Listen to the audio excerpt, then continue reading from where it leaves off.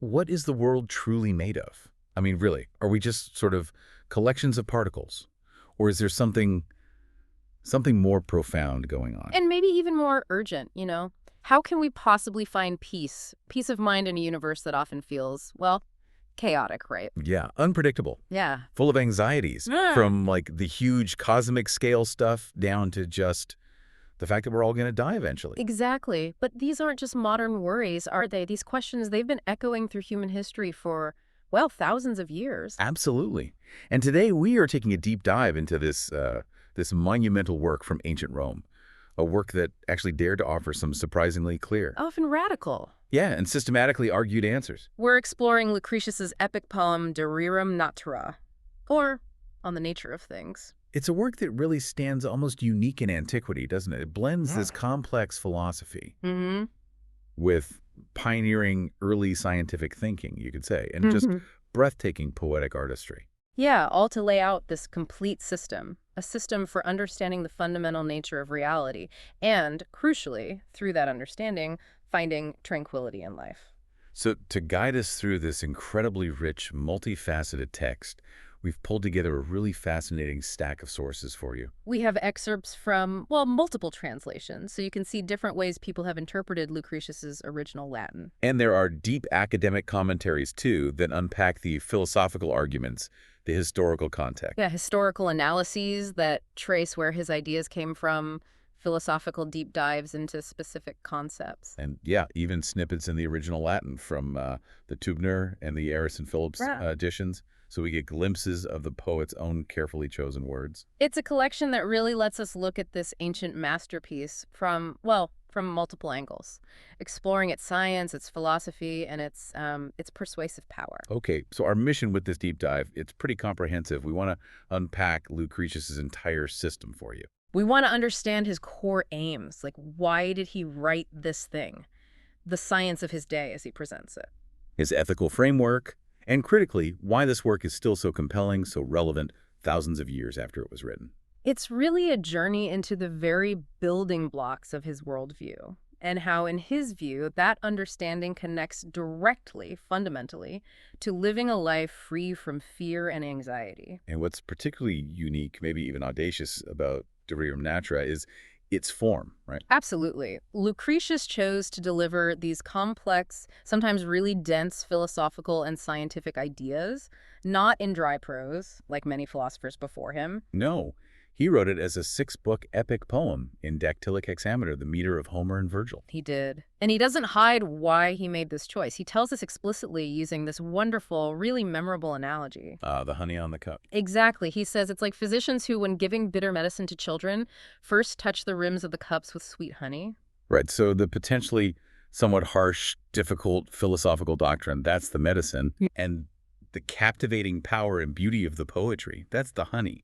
It makes it palatable, easier to swallow, more engaging. That analogy is absolutely central to understanding his whole project. He isn't just presenting abstract ideas dispassionately. No, he's trying to persuade you, the listener, the reader, to adopt a new way of seeing the world, specifically the Epicurean way. Which he truly believed was the path to happiness and tranquility. He's like an evangelist for rationality and peace of mind. And poetry is his most potent tool for conversion. Okay, so let's unpack this central project then, the thing that drives the entire poem. The goal to dispel fear and achieve tranquility.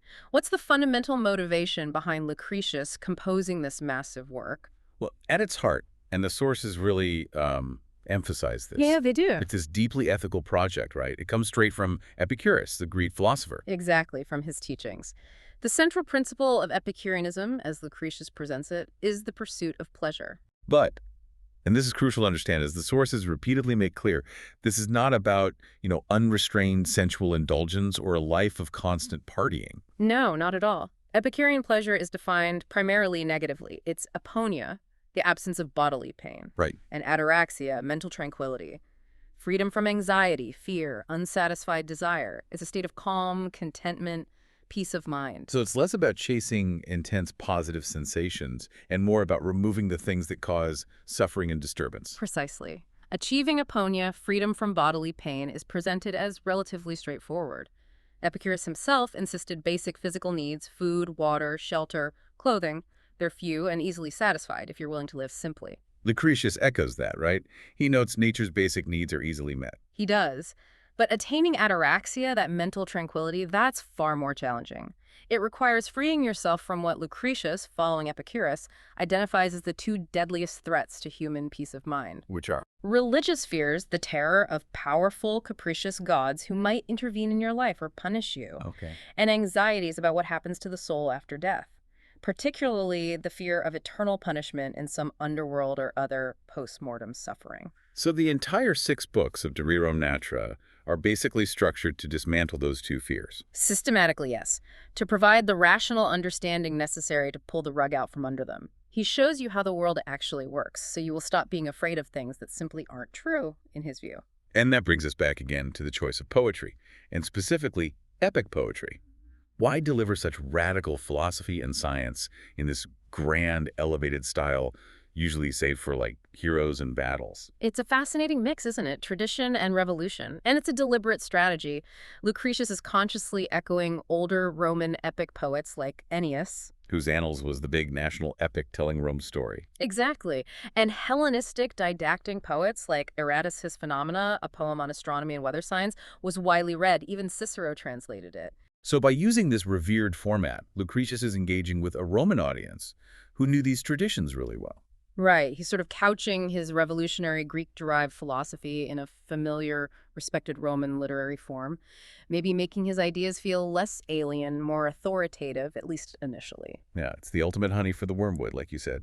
He uses the elevated language, the meter of epic, to make these dense arguments about atoms and void feel important, compelling, even beautiful. The poetry isn't just decoration, it's a persuasive force multiplier. It aims to captivate your imagination, make the complex ideas stick in your memory. And help that liberating doctrine sink in emotionally, not just intellectually. Right. He's not just teaching, he's trying to change your life by changing how you see the universe. The sources also note Lucretius seems very aware he's the first Latin poet tackling this subject. He expresses a high hope of renown. Personal fame. Isn't that a bit non-Epicurean? They usually emphasize withdrawal, didn't they? Well, yes, but the commentary suggests this ambition isn't necessarily incompatible with the philosophy. It perhaps reflects the sheer scale of the project he undertook. He knew it was big. And he starts right out of the gate with something that might seem completely counterintuitive for a materialist philosopher. This famous, really elaborate invocation of Venus. Mother of Aeneas's offspring, pleasure of men and gods, Anidum genitrix, hominum devonque voluptas. Yeah, it sounds deeply mythological, invoking a traditional Roman goddess right at the start of a work that's going to argue for a materialist, non-interventionist view of the cosmos. How does that work? It's one of the most debated, most intriguing parts of the poem's opening. How does a poet committed to explaining the world solely through atoms and void begin by addressing a goddess? The sources and commentaries offer a few interpretations, right? They do. One strong reading is that Venus here isn't necessarily the traditional Roman goddess of love in the conventional sense, the one who causes romantic heartache, which he actually critiques later in the poem. Instead, she's associated with various realms under the stars, the sea, the land, and represents a more cosmic force. Pleasure, yes, but maybe more importantly, generation. Ah, the force that brings atoms together to create new things, new life. The vibrant world we see around us. Exactly. She can be interpreted allegorically as the personification of the generative power of nature itself, the fundamental force in the Epicurean universe causing atoms to combine and create the world. So it could be a way for Lucretius to ground this abstract idea of atomic combination of creation in something a Roman audience could visualize, connect with, to find beautiful and powerful, makes the dry physics come alive. Precisely. But it does stand in fascinating tension, even contrast with how he discusses Venus, or at least human sexual desire and romantic love, later in the poem. Right, book 4. That gets pretty practical, even a bit cynical, doesn't it? Absolutely, and this shows the layers in his writing. By the end of book 4, Lucretius gives quite stark advice on erotic passion.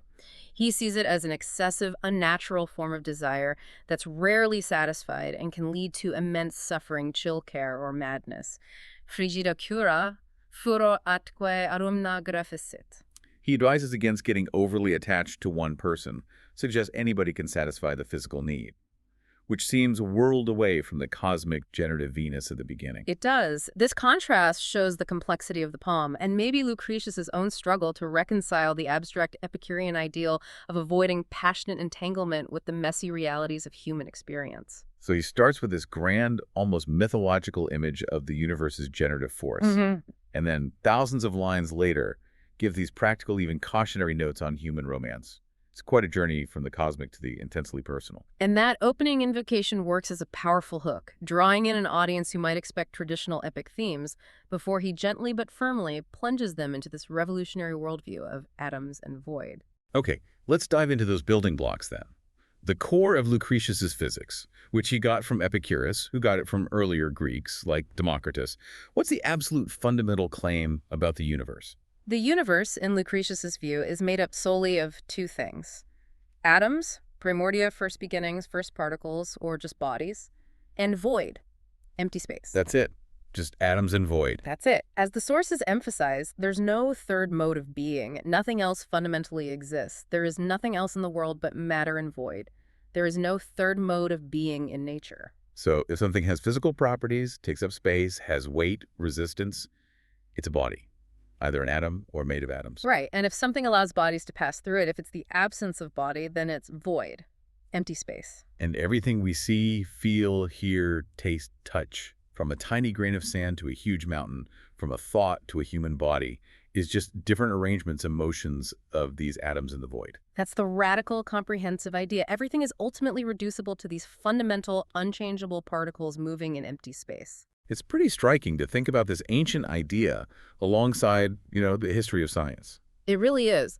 The sources note this concept of atomism was around for centuries, but didn't really bear significant scientific fruit in terms of empirical progress until much later. The 19th century, really, with Dalton in chemistry, the kinetic theory of gases. But the basic idea of fundamental indivisible particles, even though our modern atoms are divisible, the principle of fundamental units is still there. It's a remarkable parallel across millennia. And Lucretius doesn't just state this. He offers systematic arguments to prove why it must be the case. He starts with fundamental principles of conservation. Right. Two core principles he argues for based on observation.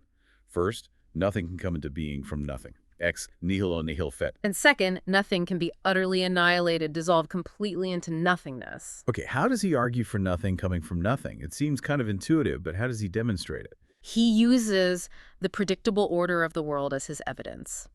He asks, if things could just appear out of thin air, why don't we see absurdities all the time? Yeah. Why don't men just pop out of the sea? Why don't fish fall from the sky? Why aren't trees suddenly full of fruit in winter, or crops appearing instantly without anyone planting them? Right, because that doesn't happen. Things come from specific seeds at specific times. Exactly.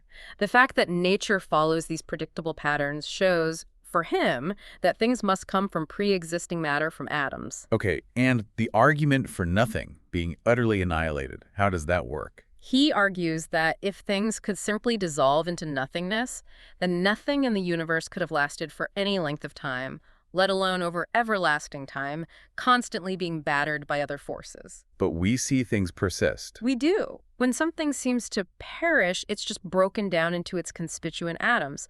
The atoms themselves endure and go on to form other things. He gives examples, right? Right. Like the Earth. Yeah. The Earth seems to diminish, worn away by rivers, sending out mist, but it also grows again by receiving back matter that nourishes it.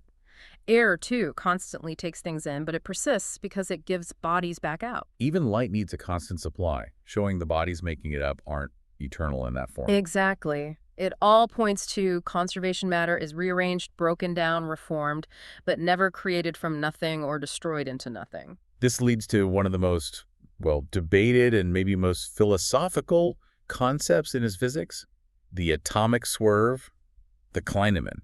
What is that, and why does he think it's necessary? The Kleinemann is described as this tiny, random deviation by atoms from their otherwise straight, downward path through the void. It happens minimally, at no certain place, at no certain time. Just a little wobble. A tiny wobble, yeah. Lucretius introduces it to solve a critical problem in his system. If atoms just fell straight down through the void at the same speed side by side, well, they'd never hit each other. They just keep going in parallel lines forever. Exactly. No collisions, no combining to form compounds, no complex objects, no worlds, no life, Nothing but atoms falling uniformly. The swerve is needed for atoms to deviate just enough to initiate collisions, like bumper cars, allowing everything we see to form. The sources call it a one minimum lane shift. Okay, that makes mechanical sense. Yeah. But here's where it gets really profound, and maybe surprising for some.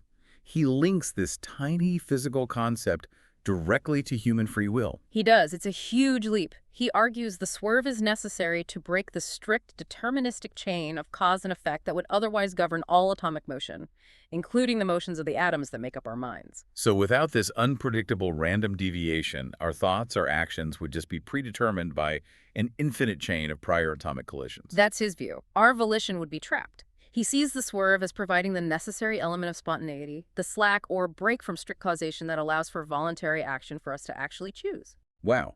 So the physical possibility of making a choice ultimately depends on this fundamental, unpredictable wobble of atoms at the micro level. That is Lucretius's striking argument. Now, this connection between the swerve and free will is a point of considerable scholarly debate, as the sources note. Why is that? Partly because the surviving bits of Epicurus' own work on nature, where he argues against determinism and for human agency, don't explicitly mention the swerve. Huh. So Lucretius might be adding something here, or just clarifying. We don't know for sure. It makes Lucretius a crucial, maybe unique source for this specific argument within Epicureanism. Was he spelling out something Epicurus implied, or was he making his own contribution? It's something scholars still puzzle over, which shows the depth of the text. Okay, so we have this purely atomic universe governed by natural laws with this little element of randomness, the swerve. What are the massive implications of this view, especially for, say, traditional Roman ideas about gods and divine intervention? The implication is immense, and from Lucretius's perspective, liberating.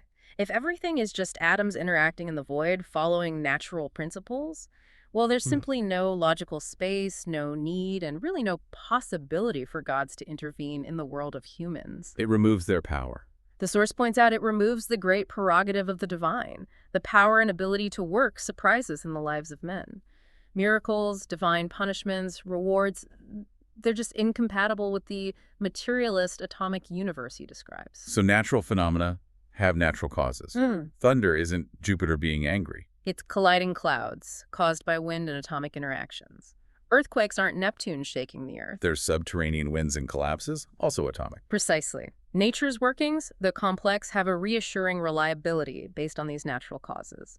Lucretius is explicitly critical of the idea, held by rivals like the Stoics, that the world was created for humans or is under constant divine management. He finds that idea utterly absurd. Right. Utterly absurd. He points to all the flaws and imperfections in the natural world, dangers, harsh climates, diseases, arguing these are incompatible with a perfect, benevolent divine creation made just for us. He even says the world itself has faultiness or imperfection, culpa. If it were divinely made, it wouldn't have such flaws. So his systematic atomic explanations remove the mystery, and therefore the fear associated with blaming unpredictable events on the gods. Exactly. It undercuts the whole basis for fearing divine will. Okay, this brings us to another absolute crucial piece of his project for achieving tranquility. Understanding the nature of the soul and inevitably death. If we're just collections of atoms, what happens to us when we die? Lucretius argues forcefully, extensively, that the soul, which he divides into anima, the life principle or spirit throughout the body, and animus, the mind or intellect in the chest, is not some separate, immaterial thing. It's physical, mortal. Entirely physical and mortal. Both animus and anima are composed of very fine, very smooth, very mobile atoms mixed in with the body's atoms. So the mind and soul are literally physical things made of atoms. Yes, the source emphasizes this. The same logic will demonstrate that both the mind and spirit are physical entities. The mind dictates to the limbs, feels emotion, wakes the body. The soul is described as a fourth nameless element, besides air, heat, wind making up the spirit. It's hidden deep within us, giving us sense and motion. But critically, its existence is completely tied to the body. He uses analogies for this, right, to stress the bond. He does. The sources mention comparing the soul-body relationship to how the smell of incense can't be separated from the incense without it perishing, or like a plant can't grow or exist without soil. The unified structure of body and soul is what creates consciousness and sensation. They depend on each other. And this conclusion that the soul is material and just disperses when we die is fundamental to his goal of getting rid of the fear of death in the afterlife. It's the linchpin. If the soul is material, made of atoms, and those atoms just scatter upon death, like smoke vanishing into the air. He says it descended in auras departs into the air. Yeah, something like that. If that happens, then there is simply no conscious, sensing entity left after the body dies. No you remains to experience anything, including potential suffering or punishment in an afterlife. The self, as a unified conscious being, just ceases to exist. And this is the foundation for his most famous argument against fearing death, the one often summarized as, where death is, we are not, and where we are, death is not. Exactly. The source paraphrases it well.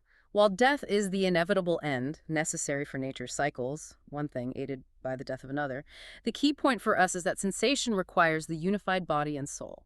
So when we're alive, death isn't here yet for us to experience. Right, and when death is present, meaning after we've died, we no longer exist as conscious beings capable of experiencing anything at all, including being dead or being punished. Therefore, death is nothing to us. No igitur mors est a nos. It's irrational to fear something you can never, ever experience. Precisely. Pointless. But people still fear death deeply, don't they? Even if they say they don't believe in hell or ghosts. Lucretius knew this. He saw it as an irrational, deep-seated fear. He did, and he diagnoses it with really sharp psychological insight. He notes the inconsistency of people who claim not to fear death, but are clearly distressed by the thought of their body decaying or being burned or eaten by animals after they die. Why do they feel that way, according to him? He attributes this lingering, often unreasoned fear to a blind goad of their heart, caecum aliquum cordis stimulum, a deep-seated anxiety that rational arguments might not fully get rid of on their own. He compares them to flawed pottery. That doesn't ring true. Nonsense serum scenere. It reveals a hidden hollowness, a crack of fear beneath the surface. This fear, he argues, persists out of ignorance about the soul and death, not because of reasoned belief. He also tries to reframe the fear, doesn't he? By emphasizing the life that's lost. Yes, the poignancy of life's lost joys for the dead, suggesting maybe the real distress for many is thinking about what they won't experience, the life and delights they'll miss. That dramatic now, or already, highlighting that the delights of life, home, family, are being lost right now by the person facing death. That loss is the only real consequence. And it applies to every living reader, because no dead person can enjoy the poem or life's pleasures. He also uses examples of the great and powerful throughout history, legendary kings, conquerors like Ancus, even mythical figures reinterpreted as earthly anxieties like Sisyphus and Tantalus. Who all died. Right. Death is the universal, inescapable fate, shared by everyone, which further shows how irrational it is to fear it as something special or avoidable. Freedom from this fear comes from internalizing the understanding that death is just the dissolution of the conscious self, not a doorway to suffering. So freedom from fear of death comes from understanding its true nature. The material soul dissolves. And this understanding comes directly from his atomic physics, which leads naturally to his view of the gods, also aimed at dispelling fear. How does Lucretius describe the gods in his atomic universe? Well, following standard Epicurean doctrine, which the commentaries confirm, Lucretius does say gods exist. But they are entirely material beings, also made of very fine atoms. Okay. And they live in a state of perfect, undisturbed tranquility, ataraxia, in the spaces between worlds, the intermundia. So they're real, but they live in some distant realm, completely uninterested and uninvolved in human affairs. Precisely. That's the core Epicurean theological dogma, central to Lucretius's argument. A state of perfect divine tranquility is fundamentally incompatible with getting involved in the chaotic, messy affairs of human life. They're just too blissful to bother with us. They're in a state of perfect bliss, yes. They have no needs, no desires, no reason or inclination to concern themselves with us, to reward us or punish us. They're models of the perfect tranquil life, but they aren't active agents in our world. Which is a huge departure from traditional Roman religion, where gods were thought to be constantly intervening, sending signs, demanding sacrifices, controlling fate. It's a complete inversion of that system. And for Lucretius, absolutely essential for freeing humans from religious fear and superstition. If the gods are indifferent, uninvolved, there's no rational reason to fear their wrath, try to appease them with sacrifices, or worry they control natural disasters or personal misfortunes. The sources mention that Epicureans sometimes saw their view as more pious. How does that work? Paradoxically, yes, because it removed the fear and superstition linked to divine involvement. Instead, it focused on contemplating the gods' perfect tranquil state as an ideal to aspire to, rather than fearing their interference. Lucretius explicitly links that human tendency to wonder or marvel at unexplained natural events to ignorance, right? Yeah. So that's the root of superstitious fear. Exactly. Mirari. Wonder leads to fear when you don't understand the cause. He argues this wonder is why people invented gods in the first place, to explain things like thunder, lightning, the stars. By providing rational atomic explanations for everything, he removes the grounds for this fearful marveling. He shows there's a natural explanation, undermining the need to attribute events to gods and fear them. Okay, so moving from the cosmic scale and the gods down to our individual experience.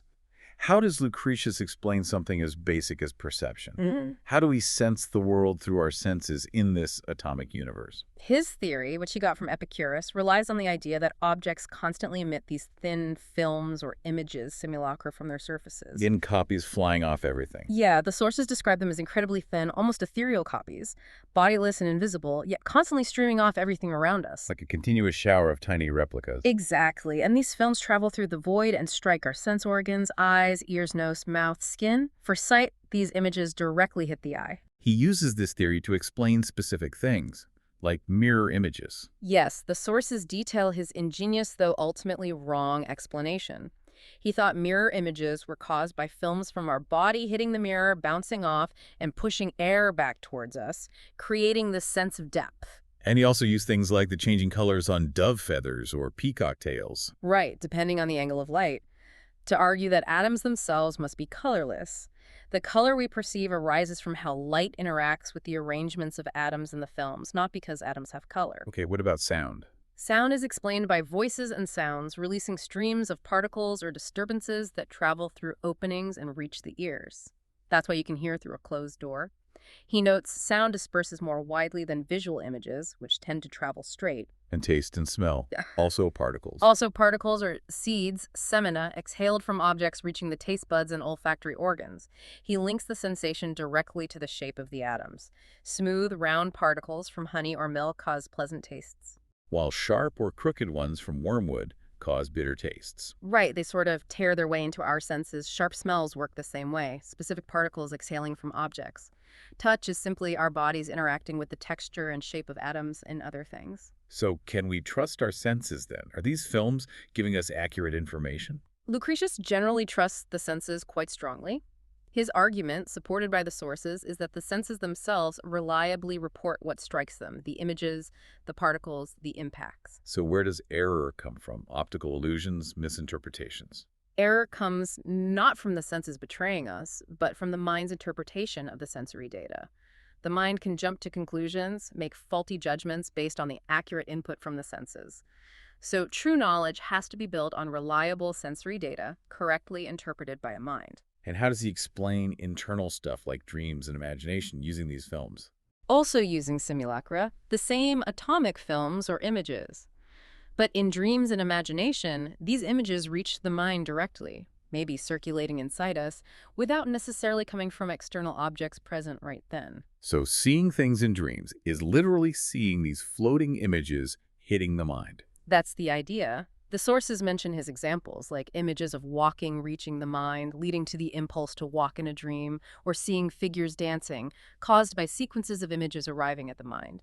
Knowledge formation builds on this foundation of sensory input simulacra, other atomic impacts combined with the mind's processing and correct interpretation.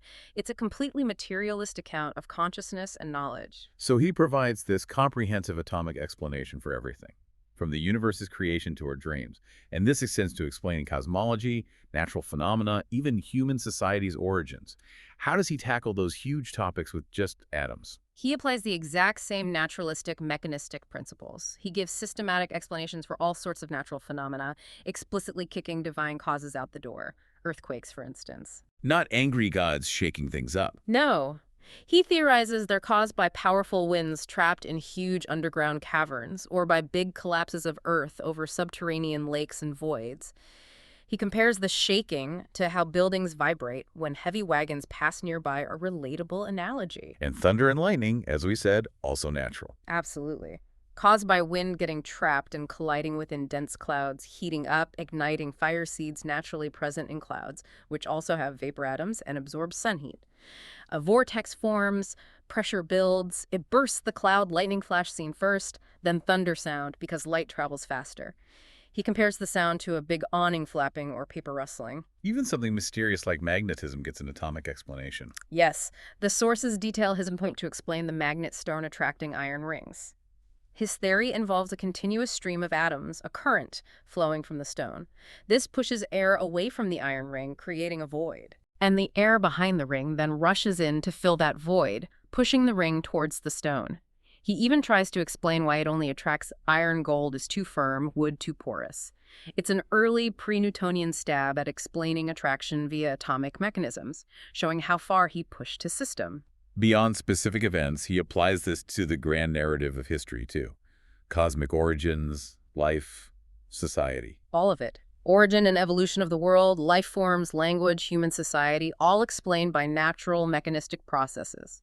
Atomic interactions, chance encounters, no divine plan. How did the world form, according to him? From an initial chaotic swirl of different kinds of atoms that gradually sorted themselves into layers based on weight and shape, dense earth atoms sank to the center, then water, air, and the fiery ether floated to the top. And life just sprang up from the earth. Spontaneously generated, yes. He calls the early earth the lively earth, vividitalis. Fertile enough to generate the first life forms directly from the soil through natural processes. The first humans were born from the hard earth, initially tough, strong, resistant, almost stony. Like a rationalization of myths about giants or ancient heroes being stronger. Kind of, yeah. While also contrasting this harsh early phase with idealized golden ages. He paints early humans as living like wild beasts, wandering, no agriculture, fire, or shelter, surviving by strength and cunning. How did humans become civilized then? The softening, he argues, came later.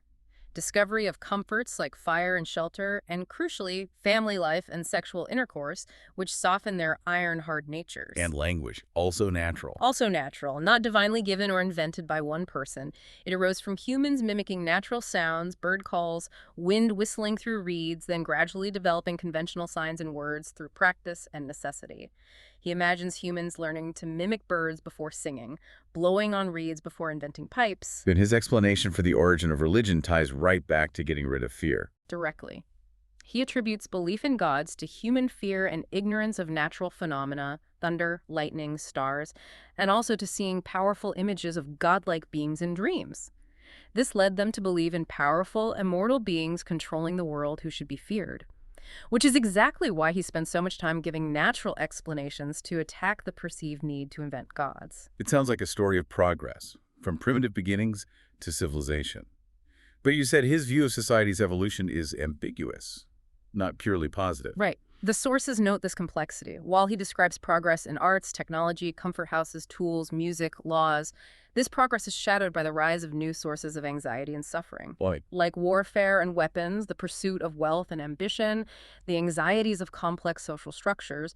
Fear actually seems to play a big role even in developing civilization. Fear of violence leading to laws and rulers. So progress doesn't automatically eliminate fear, it just changes what we're afraid of. That seems to be his view. Material and technological progress happens naturally, but it doesn't automatically lead to greater happiness or tranquility without the philosophical understanding he's offering. You need the philosophy too. Okay, so with this comprehensive, atomic, naturalistic view of everything universe, soul, death, gods, society, how does Lucretius bring it all together? How does his physics inform how we should live? What's the practical Epicurean ethics here? The ultimate goal, as we said at the start, is pleasure, but defined specifically as the absence of pain, aconia, and the absence of mental disturbance or anxiety, ataraxia. That state of true contentment and serenity is what the whole system is designed to help you achieve. And definitely not the common idea of hedonism as just chasing sensory pleasure all the time. Absolutely not. The sources hammer this home. Epicurean pleasure, for Lucretius, comes through moderation, self-sufficiency, and intellectual pleasure, the joy of learning, understanding the nature of things, dispelling ignorance. And ataraxia, freedom from anxiety, is specifically tied to getting rid of those two big fears, fear of gods and fear of death. Profoundly linked. By providing this clear-eyed, rational understanding of the atomic reality, the soul's mortality, the god's indifference, Lucretius directly gives you the tools to conquer those fears and achieve mental peace. Satisfying basic physical needs, simple if you live modestly, achieving lasting mental tranquility. That requires philosophical insight and controlling your desires. So based on the sources in the poem, what practical advice for living a tranquil life can we pull from Lucretius? A tranquil life on this Epicurean path involves a few key things. First, avoid excessive ambition and a political involvement. They're major sources of anxiety, competition, unsatisfied desire, conflict, fear. Live simply. Yes, live simply. Yeah. Essential needs are few and easily met. This reduces dependence on external stuff and the anxiety of chasing wealth or status. And friendship. Cultivate friendship. Epicurus himself valued friendship highly as a crucial source of security and simple pleasure. While Lucretius gives that practical advice on romance in Book 4, friendship fits really well with pursuing mutual support and quiet companionship, free from intense passion and anxiety. And fundamentally, pursue knowledge and understanding. Ratio. Use your reason to dispel ignorance, wonder, superstition, fear. The very act of reading and understanding Rerum Natura, he suggests, is itself a path towards this intellectual pleasure and therefore towards tranquility. So the science and the philosophy aren't separate from the ethics at all. Understanding how the world is, fundamentally, is the necessary foundation for living well and finding peace in that world. Precisely. The atomic explanation of the soul and death removes the basis for fearing an afterlife. The atomic explanation of natural phenomena removes the basis for fearing divine intervention. This clear, rational, naturalistic view of reality is the indispensable foundation upon which the tranquil life is built.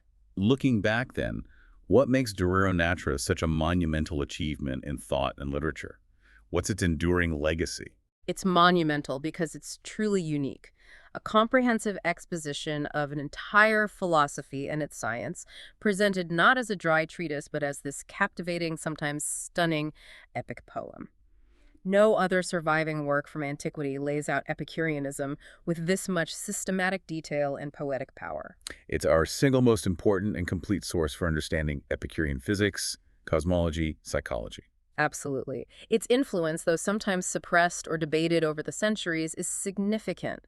The sources point to its vital role in transmitting ancient atomism through the medieval period, the Renaissance, and especially into the 17th century. Which led towards Newton and later chemistry. Right. There was a revival of corpuscular and atomic theories then, and Lucretius's poem was a key text through which these ancient ideas about matter survived and were rediscovered. It faced suspicion, sure, especially from early Christian writers like Tertullian, who linked Epicureanism to the dangerous idea the soul dies. Called its proponents heretics. Pretty much, though even figures like Tertullian might borrow arguments from philosophers when it suited them. But despite the suspicion, the poem endured. And because so much of Epicurus' own writing is lost, or just fragments. Lucretius gives us the most complete, systematic, and arguably most persuasive picture of the entire philosophical system, physics, ethics, knowledge theory, all integrated into a coherent whole. So, thousands of years later, why do we still read it? What enduring questions does it pose for us today? It confronts these fundamental questions that are still profoundly relevant, aren't they? What is the ultimate nature of reality? Is it purely material or something more? What's our place in this vast, seemingly indifferent universe? And maybe most pointedly, how do we live a good life? How do we find happiness, cope with universal human anxieties, fear, desire, death, in a world that operates by natural principles, often without obvious divine purpose or a guaranteed afterlife? Lucretius's answers are bold, provocative. They offer a clear, though demanding path to tranquility based on understanding, moderation, rejecting groundless fears. His poem forces us to look inward at our own anxieties and desires and outward at the cosmos, asking us to consider how our understanding of the nature of things fundamentally shapes our chance of living a peaceful life. So, to synthesize, Lucretius, in his unparalleled De Rerum Natura, used the captivating power of epic poetry to lay bare his vision, a physical universe of atoms and void interacting by natural laws. And his explicit ethical aim in doing that was to free his readers' view from the debilitating terrors of religious fear and the fear of death. Right, providing a rational foundation for a tranquil life grounded in intellectual understanding, moderation of desires, self-sufficiency, and friendship. But the poem doesn't end on a purely triumphant note of enlightenment, does it? The sources highlight that famous ending. No, it concludes not with some grand cosmic flourish, but with that vivid, harrowing description of the plague in Athens. This final, powerful image of physical suffering, society breaking down, even abandoning religious duties and social norms in the face of overwhelming death. It underscores the fragility of the human body, the human world, within this vast, ultimately indifferent material universe. Yet even amidst that stark reality, Lucretius's project stands as an offer, a path to inner peace and clarity. Achievable not by escaping the material world, but by understanding it completely.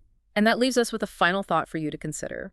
Lucretius believed tranquility comes from understanding the nature of things and limiting fear and desire based on that understanding. Today, our modern scientific understanding of the universe is vastly more complex than atoms and void, right? Quantum mechanics, relativity, genetics, huge cosmic scales, forces Lucretius couldn't have dreamed of. So how does this incredibly intricate, still unfolding understanding of the nature of things shape our own paths to peace? How does it help us contend with our fears? What ancient anxieties, the ones Lucretius diagnosed and addressed so powerfully thousands of years ago, still resonate most strongly with us today? And how would a deep dive into our contemporary understanding of reality help us confront them?